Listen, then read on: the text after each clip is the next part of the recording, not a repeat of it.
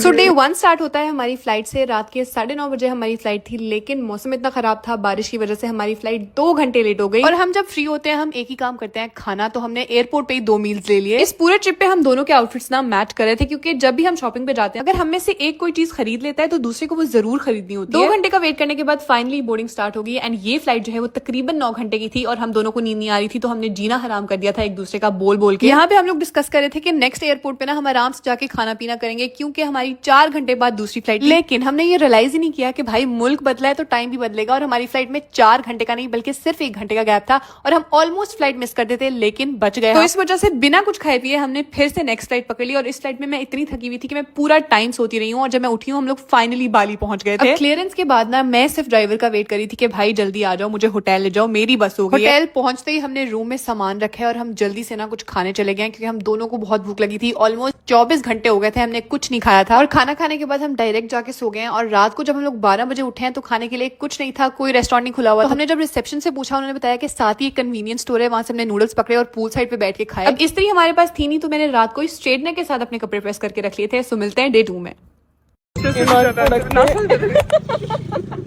पहले दिन सारी थकावट उतारने के बाद दूसरे दिन हम लोग सुबह सुबह उठे हैं, क्योंकि 6 बजे हमने निकलना था फॉर उबुद। अब सुबह सुबह मैं तैयार भी नींद में हो रही थी, और ये जो बंदाना आपको इतना पसंद आया था ना, इसके पीछे मैं जितना खरदल ख्वार हुई, कोई 1000 रील्स देखने के बाद भी, जो आपने मुझे भेजी थी वो भी देखने के बाद भी, ये मैडम साहब मुझसे सेट नहीं आ रहे थे। मैंने पिन्स लगा ली, मैंने पोनियां लगा ली भाई, लेकिन ये किसी तरह सेट नहीं आ रहा था। 2 मिनट बाद गिरी जा रहा था, लेकिन एंड पे finally I figured it out. Pins लगू के मैंने इसको एडजस्ट कर लिया। हमारा ड्राइवर बाहर आ चुका था और मेरा बंदाना इधर उधर खिसकी जा रहा था, लेकिन फाइनली एट लास्ट मैंने से एडजस्ट कर ही लिया। और उसके बाद जब मैं बाल बना रही थी ना, मुझे रियलाइज हुआ कि भाई कितनी बड़ी गलती हो गई है। क्या मैं कोई परकटी कबूतरी लग रही हूँ, इन बालों में नहीं काटने चाहिए थे, पर चलो खैर है। फाइनली इसको मैंने किसी तरह एडजस्ट कर लिया and this was the final look. किसी ना किसी तरह मैंने इनको फाइनली एडजस्ट कर ही लिया था। और उसके बाद हम लोगों ने ऑलरेडी सामान पैक किया हुआ था, तो हमने कहा सबसे पहले नाश्ता कर लिया जाए, क्योंकि सबसे इंपॉर्टेंट काम खाना ही है हमारी जिंदगी में। और नाश्ता करने के बाद हमने फौरन चेकआउट किया, क्योंकि हम ऑलरेडी लेट थे और ड्राइवर बाहर हमारा काफी देर से वेट कर रहा था। अब रात को हमने जो कपड़े डिसाइड किए थे उसके अकॉर्डिंगली हम सुबह जो है ना वो राइड्स के लिए जा रहे थे, तो हमने फुल जीन्स बूट्स वगैरह पहन लिए कि राइड्स में ना हम लोग कंफर्टेबल रहेंगे। लेकिन अपडेटेड प्लान हमने पढ़ा नहीं था, उसके अकॉर्डिंगली आज हमने उबुद मार्केट जाना था। सबसे पहले हम लोग गए उबुद मार्केट में बहुत रश था और गर्मी भी ऑनेस्टली बहुत थी, तो हम ना जल्दी से वहां से निकले। और उसके बाद सेकंड स्टॉप था हमारा स्विंग। तो मैंने पहले ही बोल दिया था कि मैं जीन्स में स्विंग पे बिल्कुल नहीं जाऊंगी, मुझे पहले कपड़े चेंज कराओ फिर मैं जाऊंगी कहीं। ऑलरेडी यहाँ पे 2 बज गए थे, तो हमने जल्दी से होटल में चेक इन करके अपना सामान रखा, कुछ खाया पिया नहीं, जल्दी से चेंज किया और निकल गए दोबारा से। प्लान यही था कि वहां जाकर हम लोग ऐसे ही स्विंग ले लेंगे और कपड़े चेंज नहीं करेंगे, लेकिन वहां जाके मेरा मूड चेंज हो गया और मुझे था कि मुझे भी ऐसे ही फैंसी किस्म की फोटोज चाहिए। और फिर मैंने अपना तीसरा आउटफिट पहना, फोटोज खिंचवाई और फिर हम लोग जल्दी से वापस आ गए, क्योंकि शाम हो गई थी और हम लोग बहुत थक गए थे।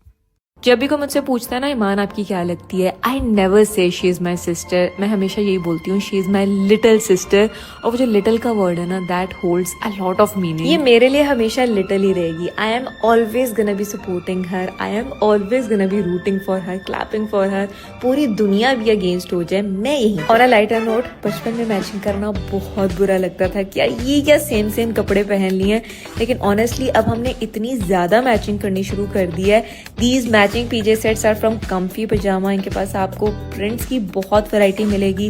दे आर सो कंफर्टेबल, आपको बहुत सुकून की नींद आएगी। या नाइट वेयर को आपको बार बार पहनना पड़ता है और बार बार वॉश करना पड़ता है। अब इनके नाइट सूट्स को आप 10 दफा पहन के 10 दफा भी वॉश कर लो, इनका कपड़ा खराब नहीं होता, श्रिंक नहीं होता। वॉशिंग मशीन में वॉश करोगे तो नॉर्मली बटन उतर जाते हैं, इनके बटन नहीं उतरते, कलर फेड नहीं होता, बिल्कुल न्यू लगता है आपका नाइट सूट। कपड़ा बहुत ब्रीदेबल है। ऑल्सो आपको प्रिंट्स में बहुत वैरायटी मिल जाएगी, फ्लोरल्स में, ट्रॉपिकल प्रिंट्स में। They have a huge collection. Love it.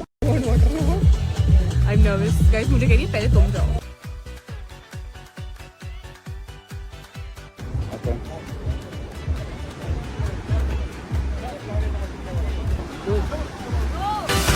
यारा तेरे सदके इश्क सिखा, मैं तो आई जग तज के इश्क सिखा, मैं तो यारा तेरे सदके इश्क सिखा, मैं तो आई जग तज के इश्क सिखा। जब यार करे परवाह मेरी, मुझे क्या परवाह